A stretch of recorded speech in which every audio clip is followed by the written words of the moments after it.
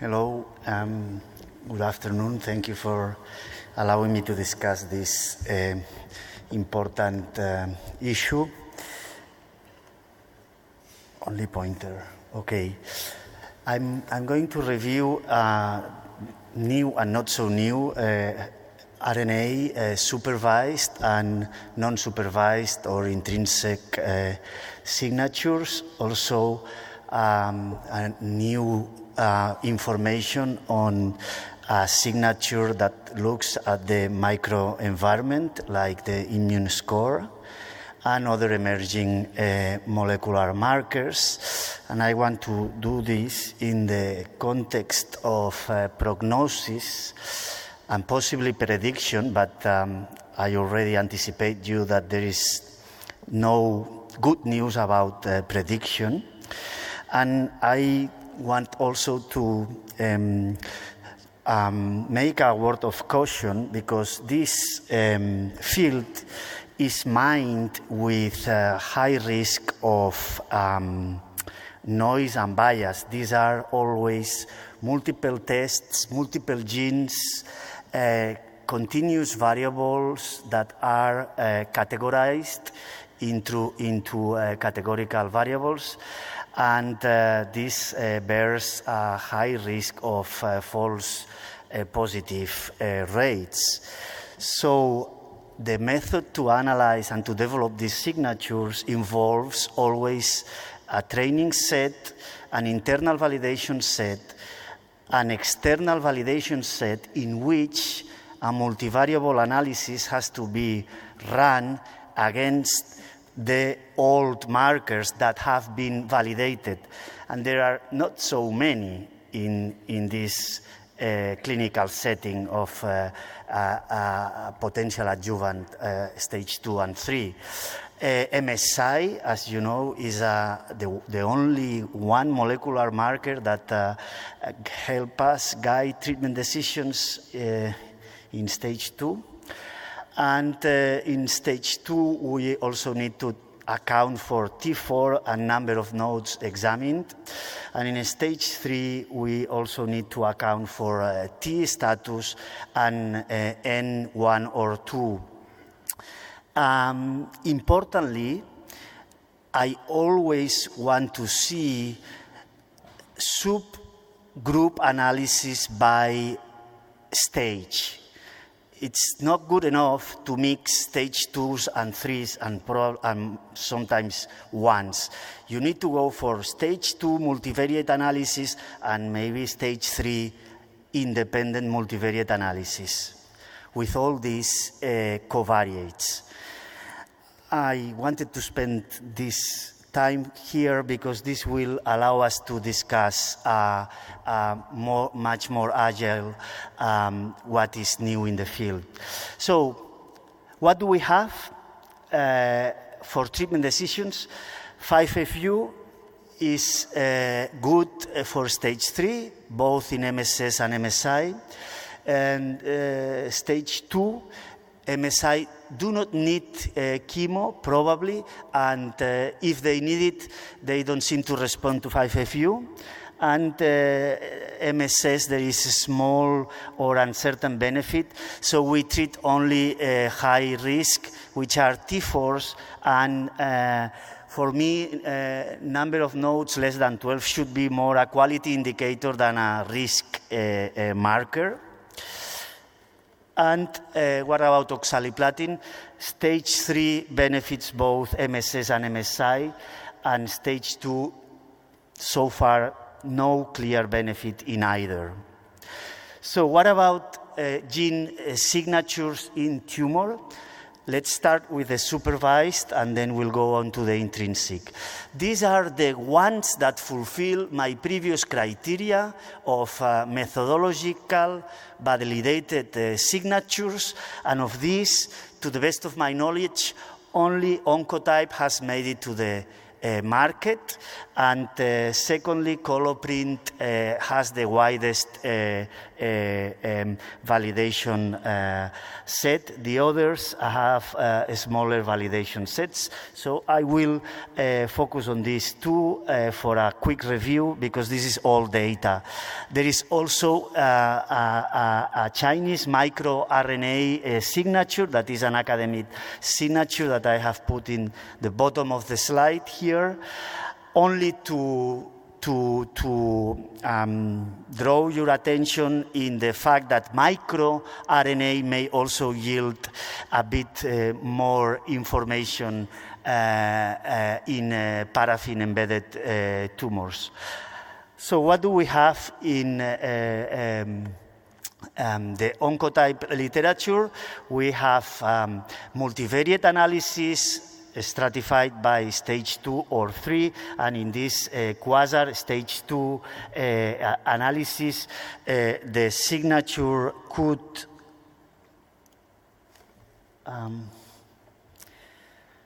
sorry, I don't have the pointer here.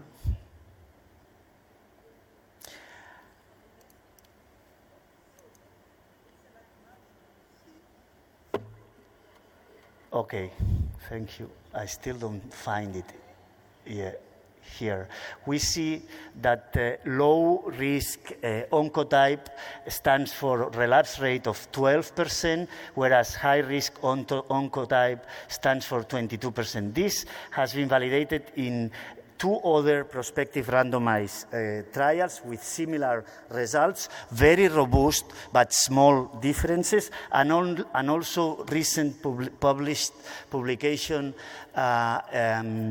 in press, but already available in the web on a Japanese series. And again, similarly in stage 2, 9 to 19% relapse rates from low to high, and stage 3A, interestingly, maybe the low signature have only 20% relapse rates at 5 years.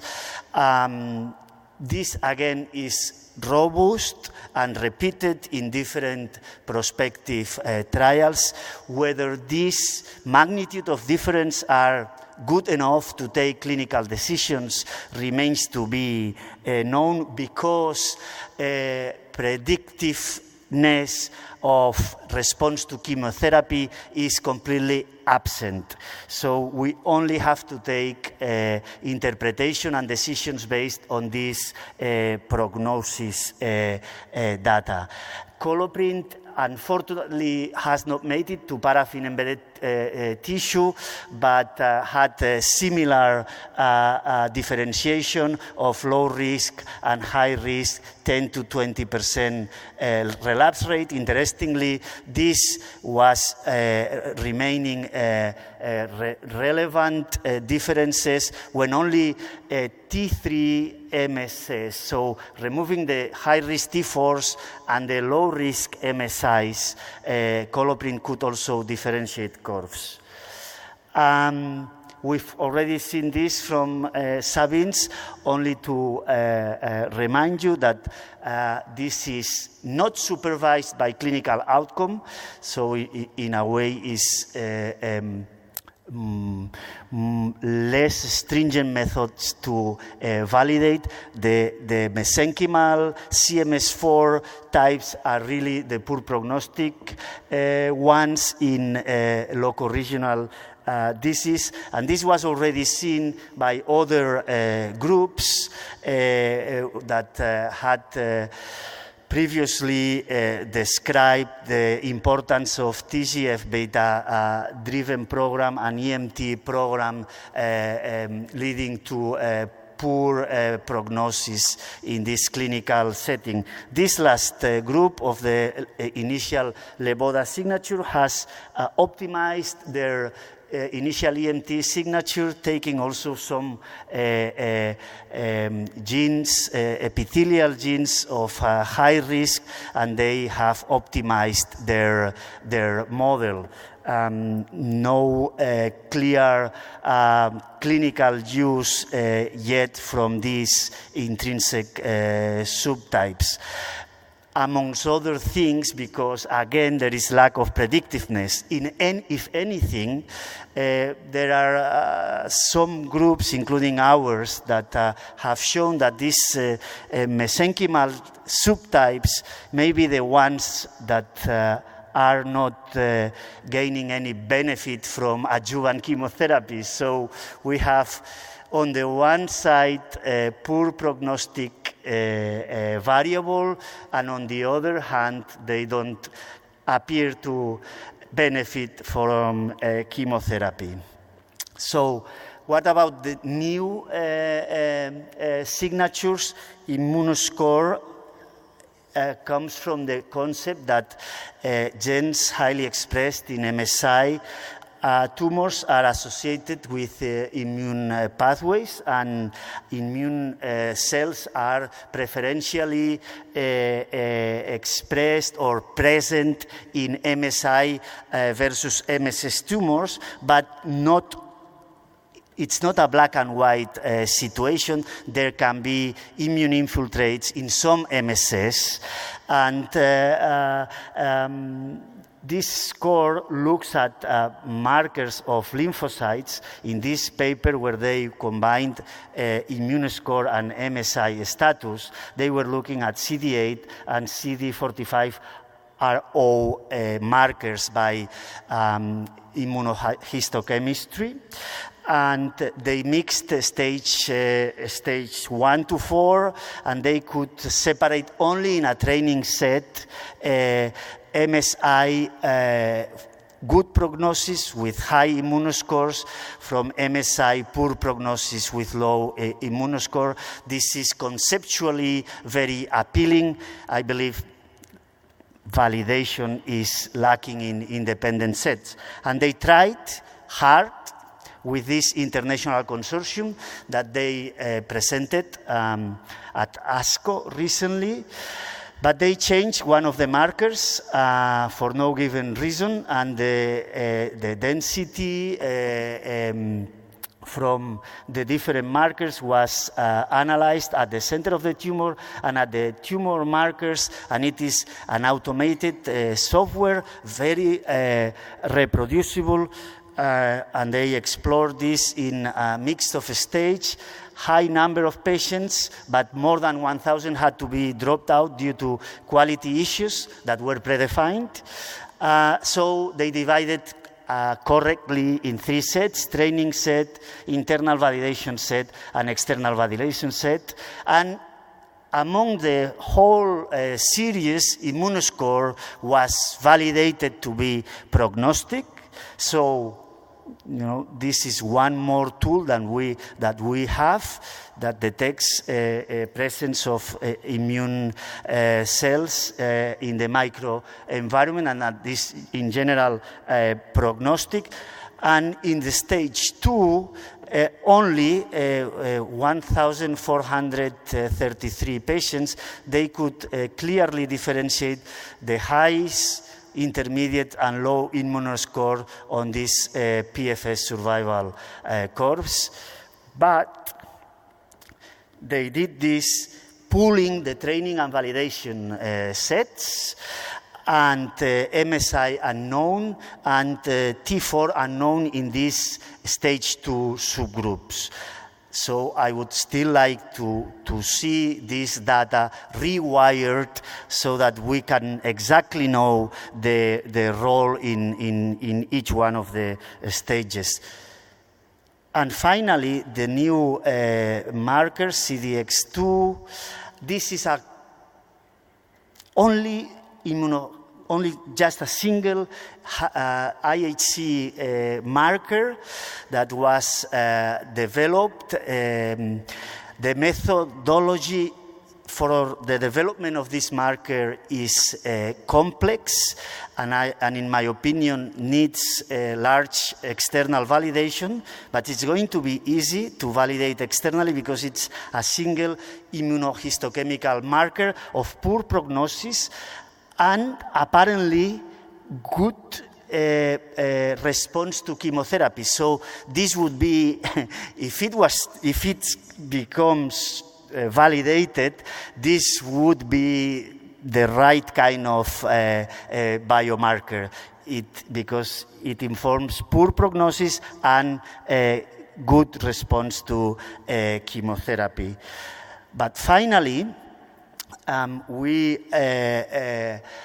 had a chance to hear Dr. Steyer's presentation at ASCO from the Australian group, where they looked at post-op ctDNA mutation assay with, again, a complex methodological approach, but very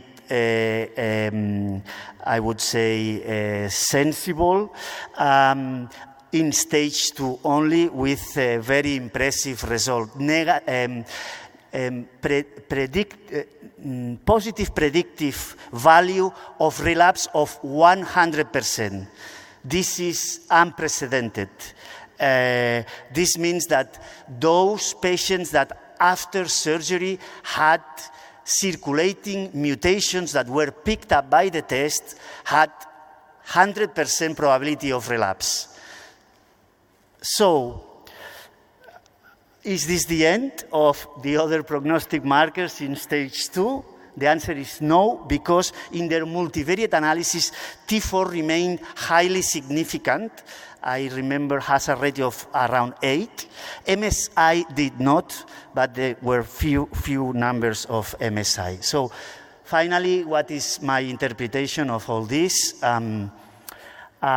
Stage 2, who to treat? T4 MSS, because T4 remains a validated high-risk pathological marker.